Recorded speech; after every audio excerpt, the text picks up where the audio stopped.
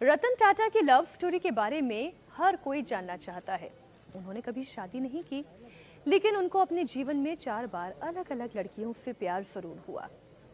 ये बातें खुद उन्होंने अपने एक इंटरव्यू के दौरान कही। इसमें उन्होंने आखिरी लड़की का जिक्र किया। उन्होंने बताया था कि जब अमेरिका के लॉस एंजल्स में नौकरी कर रहे थे, उस वक्त उनकी दोस्ती वहां पर काम करने वाली एक अमेरिकी लड़की से हो गई थी। बात शादी तक भी पहुंच गई थी, लेकिन रतन टाटा की दादी उस वक्त बीमार पड़ गई। वो अपनी दादी से बहुत करीब से जुड़े हुए थे। दादी के फोन पर वो भारत आ गए और इसी बीच 1962 का भारत चीन युद्ध भी शुरू हो चुका था। नतीजा ये हुआ कि ना लड़की भारत आ पाई और ना रतन टाटा वापस लॉस एंजल्स जा पाए। और जिस लड़की के साथ वो शादी करने का सपना देख रहे थे, उनके परिवार वालों ने किसी दूसरे लड़के से उनकी शादी कर दी। आज जब रतन टाटा हम सबको छोड़कर चले गए हैं, तो पूरा देश उन्हें याद कर रहा है।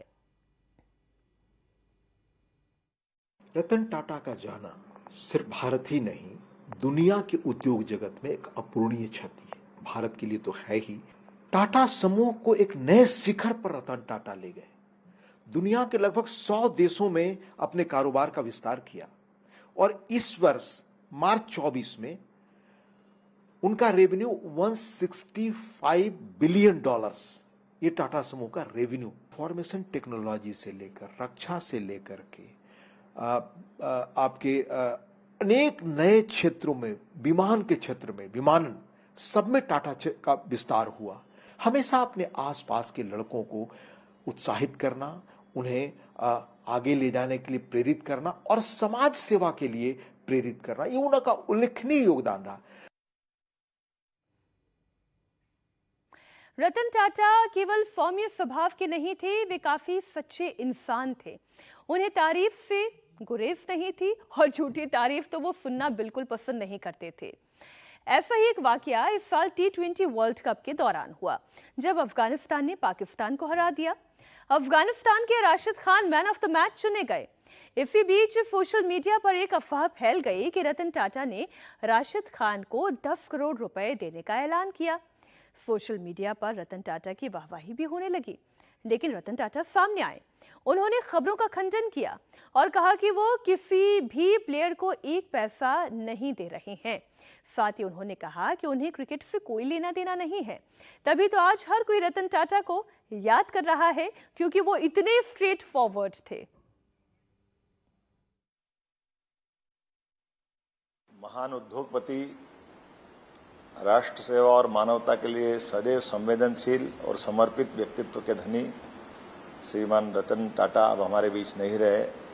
स्वर्गीय रतन टाटा का जीवन अपने आप में एक पूरे विश्वविद्यालय के समान है, जिन्होंने जीवन में बड़े सपने देखे और सपने नहीं देखे, उनको पूरा करके भी दिखाया। और संवेदनशीलता तो ऐसी कि मोटरसाइकिल पे 3-4 बच्चों के साथ जाते हुए व्यक्ति को देखते हैं तो कल्पना करते हैं कि गरीबों को भी कार मिलना चाहिए। तो ये लखटकिया कार का स्वप्न देखा, 1 लाख में कार मिलना चाहिए। और यशस्वी प्रधानमंत्री ने उनको जमीन उपलब्ध करा करके भारत में नैनो कार की भी उनके माध्यम से सौगात दी। प्रकार से उनकी शख्सियत है, ये सभी लोगों के लिए बहुत बड़ा दुखद क्षण है। बहुत सारी कहानियां हैं, बहुत सारे किस्से हैं और हर कहानी में कोई ना कोई सीख जरूर है। नरीमन पॉइंट से हमारे सहयोगी दिनेश मौर्य जुड़े हुए हैं। सचिन चौधरी इस वक्त वर्ली पे से हमारे साथ जुड़े हुए हैं। दिनेश, आप इतनी सारी कहानियां खुद लोगों से सुन रहे होंगे, खास लोगों की बातें तो हमने सुन ली, लेकिन जो आम लोगों से आप सुन पाए हैं, क्या और जानकारी आपको मिली है? देखिए, हम चूंकि कहानियों का जिक्र कर रहे हैं, तो जो मेरे सामने एक घटना हुई, मैं उस कहानी को बयां करना चाहूंगा। साल 2008 में जब आतंकी हमला हुआ था होटल ताज पर, उस घटना के बाद ताज की सुरक्षा बढ़ा दी गई थी। एडिशनल फोर्स को मंगाया गया था और जो फोर्स आई थी वो मुंबई के बाहर से थी। और चूंकि दिन रात थ्रेट परसेप्शन ज्यादा था, इसलिए 24 घंटे वहां पर पुलिस वालों को वहां पर सुरक्षा करनी पड़ती थी। ऐसे में चूंकि तमाम जो पुलिस के जवान रहते थे वहां पर सुरक्षा के लिए, उनके पास सोने के लिए, आराम करने के लिए कोई जगह नहीं होती थी। तो ताज के ठीक सामने गेटवे ऑफ इंडिया है और उसी गेटवे ऑफ इंडिया के परिसर में वहां सीढ़ियों पर ये तमाम पुलिसकर्मी सोते थे, वहीं खाना खाते थे, वहीं पर अपने कपड़े तक उन्हें चेंज करना पड़ता था। ऐसे हालात थे उस दौरान सुरक्षा को लेकर। और जब ये खबर मीडिया में आई और जैसे पब्लिक अखबारों में दिखाया, छापा गया, टीवी पर आया, और जब ये जानकारी रतन टाटा को मिली तब वो बहुत ज्यादा नाराज हुए। उन्होंने तुरंत आदेश दिया कि जितने पुलिसकर्मी सुरक्षा के लिए तैनात है उनके रहने की व्यवस्था होटल ताज में की जाए, और किसी भी पुलिसकर्मी को इसके बाद जो भी सुरक्षा में तैनात होगा उसे गेटवे ऑफ इंडिया पर रहने नहीं दिया जाएगा। वो सभी जितने समय तक चाहे जो भी उनके ड्यूटी आवर्स होंगे, आराम करना होगा या खाने की व्यवस्था होटल ताज में की जाएगी। जरा आप सोचिए, जो पुलिसकर्मी नए नए रिक्रूट हुए थे या फिर जो बाहर के शहर से मुंबई आए थे सुरक्षा करने के लिए, उन्हें देश के सबसे बड़े 5 स्टार होटल में का कमरा देना, यह बताता है कि रतन टाटा मानवीय भावनाओं को लेकर कितने संवेदनशील थे।